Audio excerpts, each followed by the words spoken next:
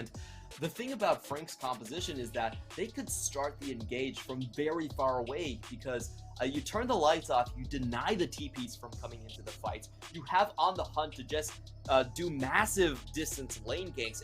Just imagine this scenario. You're going into the bot lane, there's 2 people pushing bot, you turn the lights off, and then you charge On the Hunt and run into the bottom side. CFO are not going to even see anyone before the paranoia, and then they're going to find themselves dead. Yep, that could make all the difference. Really excited to see what Holo can do on this Nocturne. We'll need him to be active even more than he was the last time around. Frank maybe down a game. Ooh, speaking of active, look at this, the level 1 forcing the flash on a mission for free. Oh, that was beautiful. Mission, why were you going forward? This has been kind of a constant thing that we've seen when teams go up against Mission. They always try to nab his early flashes, and to be honest, Mission has been someone who often wanders a little bit too far than he really needs to be. I don't really understand why he needed to be in that position he was in. Mission is stubborn, right? I mean, this is one of the flip sides of being a veteran player. Sometimes you get a little stuck in your ways, you know, like old man Victor just wants to do his thing, wants to get his glorious evolution. These kids need to get off his lawn, but he burns his flash, stepping too far forward. Doesn't lose his life, though. And we'll check in at the start of this one as Rest and Wisecam. Should be a very exciting 1v1. Yeah, and this is definitely going to be slightly favored towards the Renekton early on. He's been a old school counter to Camille. Meanwhile, we do have, this time around, flashes for both sides into the top laners. I think the junglers are going to be a little bit slower in this one. There's not a whole lot of kill threat onto the Renekton. You don't want to force your chances too much there. So I do expect both of these junglers to just head for their level 6, go for their big ultimates, rather than look for too many ganks. Yeah. I will expect potentially some solo kill action as well, though. If Wisecam fancies a chance, he may go in, but he is playing for a little bit more sustain. He has the Grasp of the Undying, worth keeping in mind on that one. Shun finds a little bit of damage, some chakrams onto carries, this 2v2 down bottom. A little bit of love taps, but Holo with the level 3 has himself the red buff, and Nocturne has Unspeakable Horror. If he finds Mission, no flash here.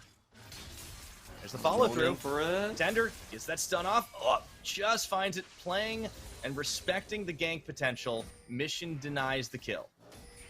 Really nicely done by Mission. The positioning there was quite well held. He likely had some premonition that the Nocturne was going to be coming in from the right side there, so he's able to keep away.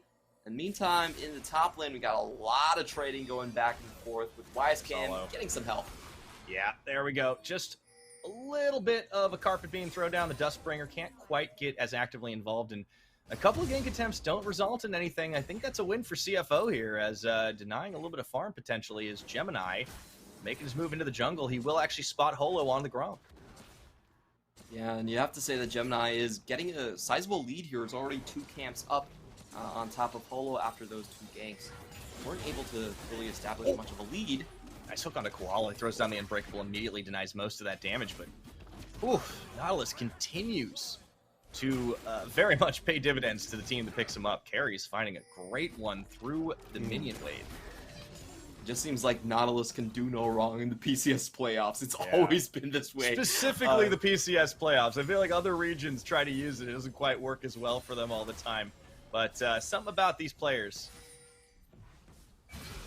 Coming into this one, Rest just getting the Bone Plague down. And on 12.14, that's a very long cooldown, up to 55 seconds right now. You have the wave pushing in with some rage on Rest. So I think Wisecam, he's just going to straight back into this one. He doesn't want to play this too risky. And they know that the Nocturne is not on his side of the map either. So well done here by Wisecam. I also want to commend the way that Gemini has been just playing the top side. He's been holding on to Rest's hand very closely. He forgoes his red buff, makes sure that the scuttle is taken, makes sure that there's double wards here onto the top side, and then he finally turns around to clean up his red and his crux. And they're keeping the vision clear as well. Like, Nocturne can come quite a ways, but he's got to be floating over one of those wards sooner or later, and one will drop down in mid-river, but even so, Holo's going to have a little more time before he will be able to make those big paranoia plays. He's still only level 4, of course, so is Gemini. But as you mentioned, behind on camps, finally catches back up. We'll see what Carries does on this roam here, as he does get immediately spotted. Yeah, we do have Mission now with the TP back up again, so I do expect bot lane to be the most valuable game position as Rest. Ooh. Oh, nice hook shot. Gets that extra bit of damage. Rest, though, does not have Dominus. YSKM, he flashes and forces the flash out to secure the solo first blood. Beautiful stuff coming in from YSKM. You can't dodge the auto attacks once it has gone through. YSKM not even blinking after that kill. A lot of killer instincts coming in. Beautiful stuff from him. Knowing that's why they call it precision protocol. Yeah, it does chase you quite a distance right there. Once the animation has already gone through, it doesn't matter if you can flash through it or not. So we'll watch this chase down once again. Russ actually just gets caught in a really odd position with not much rage. I don't think he had a slice or dice left either. Yeah. Okay, so he's a Cold Meek, that's it. But the flash forward, man, and even miscalculates because the windup was already happening. The empowered auto. Oh boy, and Eminem now gonna get caught, spell shield. However, he does get stunned for just a second on the back half. It burns both sums, but so does Shun. And they don't get anything off of it. Mission taking a lot of damage. And it's gonna be very annoying to play against the Silas because everything you can do, he can do too. This is very close to kill range for the Nocturne as well, so I don't think Mission can actually stay around here. He's banking on the fact that he still has the flash, but he definitely needs a lot of help from Gemini. Yeah, there you go. I think this is Gemini's doing a good job at shadowing up Rest earlier, although he does turn on Pretender here. He was doing the same thing in mid. I do think that is hampering his potential to set up plays earlier, though, right? Like Holo has been able to be more proactive on the map because Gemini has been spending a lot of this early game making sure that he shadows him effectively. And to be honest, I think that's just the way he wants to play this one. YSKM, though, coming in. Mission flashes into the Hextech ultimatum. However, he's going to be able to walk it out. There's a lot of damage on tower shots. Really good job, but the gravity field slows it down. But Carries is not going to let this one walk away. Or maybe he will, but not easily enough. This is getting kind of ridiculous here. Carries actually has to flag the shot on the back. Yeah, Mission's too experienced for postseason to kind of make those mistakes by staying underneath his own tower, especially against a Nocturne. Esports flash. What's going on with supports right now? That was a bit of a yakety sax clown car situation for both of these supports coming in there. Like Victor's not going to stay there when Nocturne's on the map. And he knows that Nocturne's almost level 6. Okay, so I think that was definitely an overreach from both supports. Each side cancels this out, and I don't think either one of them are going to be touching the Drake either. Yeah, it's a lot of flashes burned. You could say it was a flash mob in the mid lane.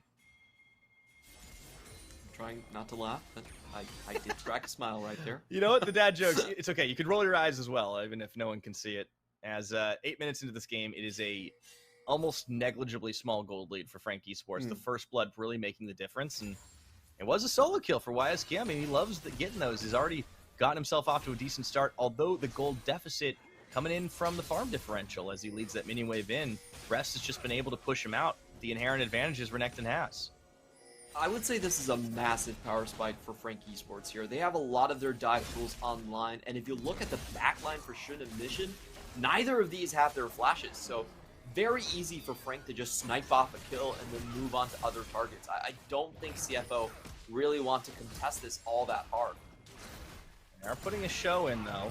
YSKM is moving forward. Pretender does have the cycle, and they would have CC for days right now, but it's going to be started by a Gemini bringing in the Paranoia into the backline. They go, and everybody leaves their backside behind, and Pretender is going low with this one, but he is able to flash away from this now. YSKM being chased down. Rest calls the Meek and comes up with the second kill traded for 2 by CFO.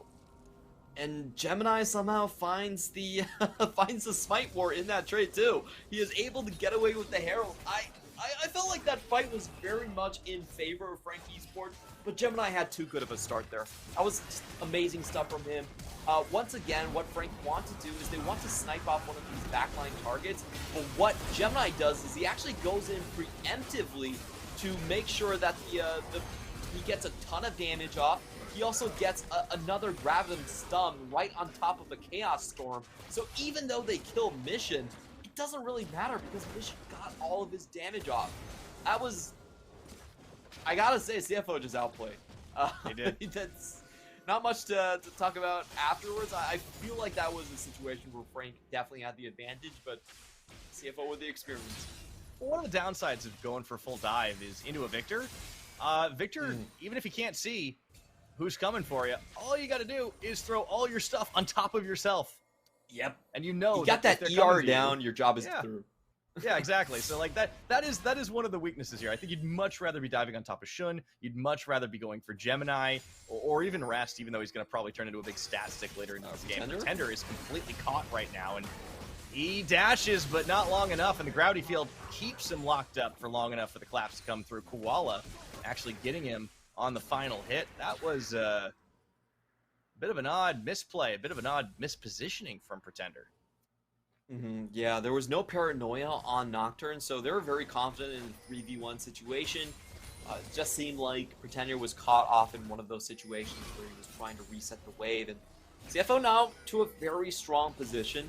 I do think that they might be looking forward to getting that, as we see Rest going for the all-in now. It's a level advantage. Hook shot, the chase down, tack sweep, Rest getting turned around, slices and dices. As the Nocturne is coming, Holo has paranoia, but with the dominance, they're not going to be able to take him down. So there's always the solo kill potential on both sides of this matchup, especially when YSKM and Rest are involved. Yeah, either side playing very close to the wire here, and we do have Gemini now looking for a backwards drop onto this ward. It's the first charge of the Cyclone down on the carries, but the rest of the team isn't quite there in time. He tried to get the deletion, however, Eminem is dishing some serious damage to him, and YSKM is coming to cut him off, and this is going to be good off the hook shot and that precision protocol empowered auto. They take down Gemini, who just stayed a little too long and pushed too far ahead of his team. Yeah, I don't think he actually saw the TP here. Now this is kind of a weird trade. I'm not sure it's all that favorable for YSKM. He does get the kill there, but meanwhile on the top side, Russ is very happy to chow down. I think this is going to be 2 plays for him. I think so. Not to mention some minions after the fact, too. Like, Renekton just shreds these things. And okay, he doesn't get the plate off that, but he will soon enough. And the CS League continues to grow. I love that YSK's trying to make the plays for his team, and right now he's going to try to do something with it. As he throws down the ultimatum, gets a lot of damage. No dominance, remember. Even with that rage building, YSK knows he can get this. Flashing forward, follows through, waiting for that tax, waiting for the hook shot. He will be able to get it without either and get out, so that was definitely worth it. Oh, the plate of greed killed the Renekton right there. You know, Rest, he's kind of smiling here. He knew he wanted that 160 gold, but this ends up being a genius play from YSKM. The TP gets him a kill in the bottom side. He gets another kill on the top. Now already, I think he's back in the gold lead for sure after that play. Has his mythic, but on the flip side, CFO are going to start opening up with the Aphelios and moving into the Drake at the same time. So this is a very interesting situation. We have Frank Esports, I think, decidedly with the side lane advantage right now. But on the other hand, CFO can move their bottom lane to where they want earlier and try to shut down Camille. So it's going to be a lane allocation war where Frank wants to keep it standard and CFO want to put that Aphelios on top of Camille. Yeah, the Gale Force complete first does really help out. Shun looking pretty decent this game and a healthy CS lead over Eminem, but YSKM has already shown that he can get some outplays, so that Camille's going to become an issue. And Rest Star is going to be fading just a little bit. The more and more this game goes, he does have Gore Drinker now, so he should still be able to hang pretty tough up against YSKM for a time. But you have to think, the 4-1 starts to get a little scary for CFO on that 3-1 Camille. Yeah, and they have a lot of help with this 4-1. They have the Nocturne with the Stripe Breaker already being built, so that's another slow to throw on top of Camille. This Silent's going to be, I think it's going to be impossible to save. Like, if Mission walks into Camille, he's probably just instantly dead. So, Frank Esports do have a lot of ways to kind of stretch out the map and avoid playing into a 2v2, but they do have to remember that the late game still revolves around 5v5s, and you still have to go through the Victor. You still have to go through the Aphelios late game. And if I'm Frank Esports, I would much rather not play a 35-minute game than try to constantly split push. I think the onus is still on Frank to make this a bit of a faster. Yeah, I think you're right. They are going to try and set up for these plays. Look at Holo around the side. Gemini and Mission joined by Koala and Shun. Everybody's coming to the party, though, and you can see the ping starting to come up. Rest doesn't have TP, and he is way off the other side of the map. Pretender going forward. Here's the paranoia. They move the catch in. That's Stridebreaker trying to keep him locked up. But Holo, his job is done. He's forced to flash away. The rest of CFO managed to rally here, but the Hextech ultimate comes down. Pretender is able to move in. He's holding on to that ultimate again. Himself, the Chaos Storm coming through, and now they find the damage. A double kill for Eminem. Looking for more. They do manage to lose the silver, but it doesn't matter. The triple kill. That's going to be enough for the Quadra. No, it's YSGM with the steal. They lose Pretender, but they get everything else. Beautiful play. This is what we wanted to see out of Frank Esports composition. The immense amount of chase down potential they can get, and also the fact that they can just turn off the lights, cancel the TPs, make it very hard for CFO to know where they're going in the dark right there. They're able to cast them out in that corridor, the ricochet onto everyone in close quarters. So even though the start of the fight looks pretty dicey for the side of Frank Esports, because it's a 5v4, they're able to play this really recklessly. They're able to chase down a lot of times just going with the flashes here. They have that 5v4 situation. You know, even though Shun comes in and it looks kind of bad at the start, Eminem in this choke is just shredding everyone. Yeah, I really like what Frank did to approach that, is they knew that in the small choke point, they were gonna have to deal with missions E and R. Yeah. So what they do is they send a Holo in to just completely bait it out. He lasts for about 4 or 5 seconds and then flashes, and then they counter collapse around the side. Pretender steals away a Chaos Storm of his own. They set things up. Eminem gets a triple, and now Pretender is going to be coming in once again now, looking for the collapse. Shun, Koala, Gemini could be caught out. They do manage to find Pretender here. The Chain Lash coming down to keep him locked up for just a time as he steals the Braum ulti. And the teleport is forced out of mission here to try and even these odds. All of a sudden, Rez side lane is turning into a liability because he can't TP to the team. Yeah, and that was actually so well timed by Frank Esports. They came in when the Glacial Fissure was off and the Moonlight Vigil was off. Going in, now they have another chance at Shun. Yeah, they do. They look for that.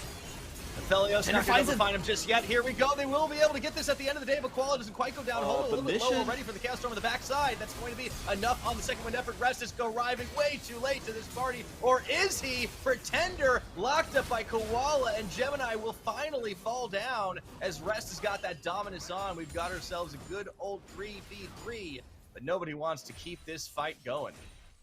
Yeah, it's going to be a 2-for-2 in the end right here, and this time Shun does manage to get all the way into the battlefield. This time CFO actually do have their ultimates there. Glacial Fissure played a big role in just cutting off the backline. So Frank Esports, I would say this is kind of a win for CFO. They managed to stabilize the situation to get the kills across the board right here. Let's watch it again. Pretender, though, does a great job at finding Shun throughout all of this. Walks around the gravity field, around the Glacial Fissure to find the correct angle onto the abduct. Kill the 80 carry right off the bat. You know, that could have gone a lot worse for Frank Esports for sure, but because Pretender was able to walk around those slow fields, he's able to get Shun and equalize the fight out. I think the target selection was a little bit sus in the second of it because the really focus came down onto Koala, and his Unbreakable absorbed so much of the damage. I think if they don't select the Braum, that changes things a little bit. Herald does get popped in the mid, though, and the Dragon is being focused down by CFO. They may very well get it, but I think they're going to be losing out on towers. That mid lane's going down. And look at YSGM completely uncontested up top. Teleport already burned. The Renekton's nowhere in sight. The timing window for Frank is huge. Yeah, they could still go into the top side, and you could see Frank still dealing, still able to head there, and I don't think CFO can follow. They don't have vision here. They could be chased down.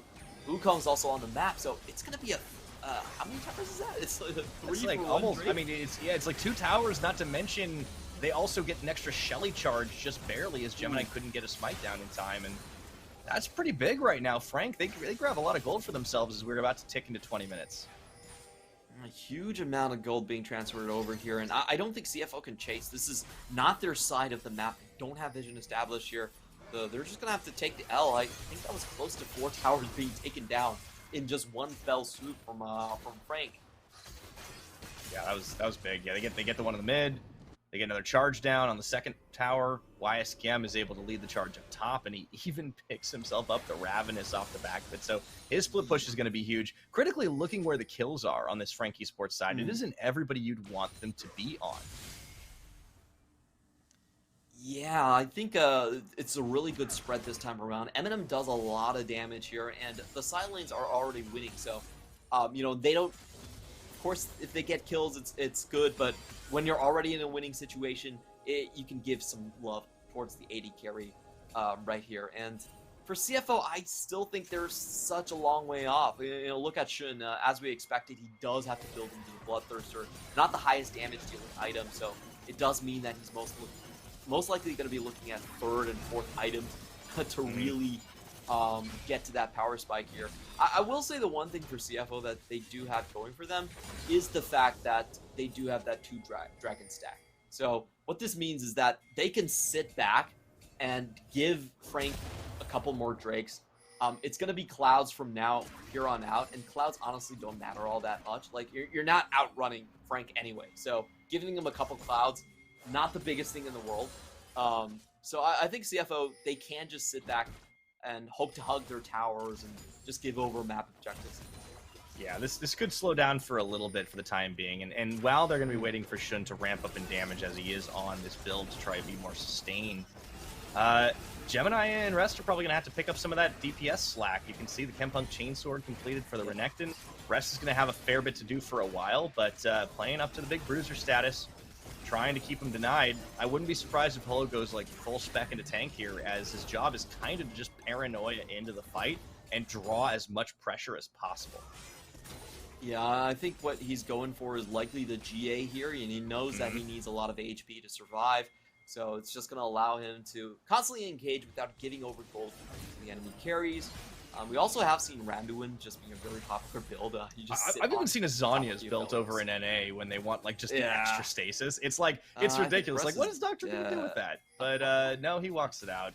It's still going to be a tower though, down bottom. I mean, YSCam is just getting so much gold off this. Unlike last game, the Camille is very much online. Yeah, he has the way with the split push this time. Even though he's still down CS, I think he could take down the Renekton 1v1 without too many problems here. CFO are putting themselves in a really weird spot. Renekton coming in the though. back line. They bring in the Nocturne. Gemini locked up by carries for just a second as he gets out of there, and I don't think anybody from CFO was ready for this one. Mission tries to drop his full combo, and they do get a lot of damage. Holo trying to get out of there. Rest manages to slice and dice him down. It's Gemini and Koala just hanging out for dear life, but they are going to fall here. M&M just keeping them zoned, and they get themselves the full wipe exchange for just 2. That will be the Baron. Yeah, and they get almost all the flashes on the back line, so Frank Esports can run that once more. Massive fight coming in from them. I was really questioning why CFO were walking forward like that. Putting themselves in the middle of no man's land was a very suspect, and you saw YSCam with a beautiful flank onto the top side right there. What we saw was Karis able to get the Death Charge across multiple targets, Pretender able to just unleash extra burst damage across the backline. I believe he took the Chaos Storm, and then YSCam also closing off the flank. So we'll watch this again.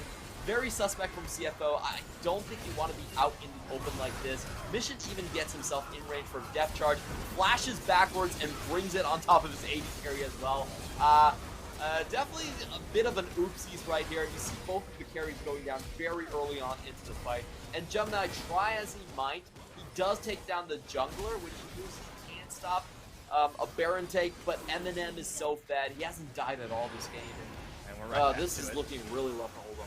CFO are actually going to try to force the issue on this Dragon, but they immediately get cold feet, noticing that the rest of Frank are on the way. YSCam on the flank as well. The fights have already gone their way so many times. Gravity Field laid down. Here we go into the Paranoia. They're actually going to have Pretender with a Dominus as he just keeps them all locked up for days, and there is absolutely no shot for CFO. They get melted, deleted, denied, destroyed. Doesn't matter what you say. There's going to be a base to be paid for right now. CFO lose massively. Yeah, just absolutely obliterated on top of that. Drake, nowhere to go. They run into that position, and that was a Drake I don't think they needed to contest for. I'm not sure why CFO thought that it was paramount to go for a Cloud Drake like that. They put themselves in a terrible position, and once again, if Death Charge is able to be used to start the fight out, CFO is just going to die to the ground control. Like, Should basically didn't even get his Moonlight Vigil off that fight. He just instantly popped. Frank Esports is just doing so well right now. They're finding so many angles. The Camille is so fed that she can deal with just about anyone, has the GA completed as well, and they've been able to unlock the secret, it seems, and the timing CFO needed to hang on for. It's slipping away from them so fast. Everything is going right for Frank and Clement. We're on the cusp of seeing them do what they've not been able to accomplish all split long, and that's beat CFO. The game isn't over just yet, but it certainly feels like it. At this point, Frank Esports with the double GAs and Zhonya's in their front line, the best CFO can actually do is run away and reset the fight. That's likely their only option to stay alive. I don't see them closing out any of these fights. And if you look at the itemization from Shun, he is so far behind. He's 2.5 items versus 3.5. He's never gotten to play in the team fights. They just keep jumping on his face. And yeah, the Bloodthirster, sure, you want to try and get the sustain, but he just doesn't do the damage. You've got a Sivir with 8 kills. It's got 3.5 items. The Camille can jump on you, lock you up for days, and I had to think that CFO might want to consider denying this away from YSChem in future games. Speaking of, he's just sitting in their base right now, and Rest can't really chase him off. It's going to open up another inhibitor tower. Frank Esports, they didn't opt to end before with the death timers being pretty low, but now they are pushing in for the win at 26.5 minutes. Stripping open the base wide here. They're going to take the inhibitor. I don't think they're going to push too hard onto the double nexus. Probably just turn around for the bottom. Indeed, you already have Camille coming over here. They're just going to play this again, and I feel like you're going to see Camille kind of swap over positions in the mid lane, provide that potential flank coming in. Polo already setting up for that one, just waiting on the flanks right here. And this is going to be a tough defend from CFO. Once again, Shun doesn't have his flash here, so they walk forward. Frank could decide to close things right here, right now. All right, Varese is going to try to make the play on the Paranoia. They actually completely deny the Croc as he gets rocked into his own tower. Nowhere he can do anything. Lots of damage, though. Gemini is going to try to force the issue, though. It buys enough time for them to turn the reset on the fight. Pretender isolated from the squad. You can see Polo trying to get out of there. That's going to be CFO actually managing the fight turn. How did it go so wrong for Frank Esports? Oh, I feel like the proactive fight from Gemini was perfect. He actually gets everyone on top of the Cyclone in a Chaos Storm. That was such a smart way to play things out. I feel like Frank, they chased, they engaged, but they forgot about their own backline. The backline was kind of obliterated. Eminem didn't even have time to flash. We'll watch this again, but pay attention to what Gemini was able to accomplish. And the spell shield, once it was down on Eminem, Gemini actually goes backwards into the fight rather than protecting his own backline. And the Moonlight Vigil tags them right there. He gets the kill, plus the Triumph, heals up so much HP throughout all of that. And they use their tower as a backline defense system to then run forward. Wow. That was something else. CFO managed to get back into that, just barely. That, whew, yeah, Gemini's the hero of the hour right there. They got to do that a few more times, I think, though, Clement, if they want to win this game.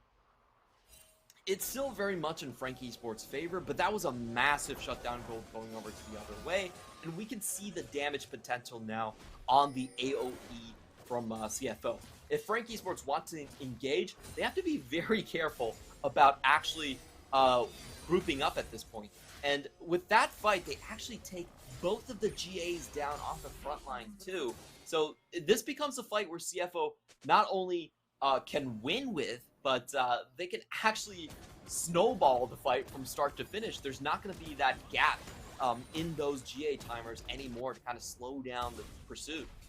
Yeah, and with the Baron coming up, this should be the take from Frank. It's not going to be easy for CFO to try and get out of their own basic contest, but they've bought themselves some time critically. That gets them back into this game to try and contest it some minutes down the line. We're getting closer to that 30-minute mark, and Frank realized it's not done and dusted. It's not locked up. You need to be able to finish the job. YSChem, oh, he gets interrupted by Gemini. Does find the damage to push back onto him, and it's just so much burst coming out, but he burns the flash to do it. And this is such an interesting way to build coming in from Gemini. He's actually going for the BF first, so just adding a little bit kill threat onto the backline. I do expect this still to be a GA. It's probably just a kind of a gap build here, but interesting to see that he does understand his role here, and the way that they've been winning team fights is actually creating that kill zone between himself, the Moonlight Vigil, and the Chaos. Right. So, Frank Esports trying to ready up. We'll be able to take another dragon. They bought some time, or they have some time to work with, but with inhibitors coming back up, it's gonna look a little better for CFO going through here. Anathema's Chains completed by carries in this one. Ooh, interesting here. I'm wondering who that's best put onto. I do think I almost feel like Gemini at this point. You gotta get him out of the fight. Like, he's making all the difference. Like Victor's probably the better target. Yeah, I suppose, but yeah, and once he drops the combo, I'm not as worried. But we'll see what happens here. That tower looking pretty tasty. Let's see if they can get this one.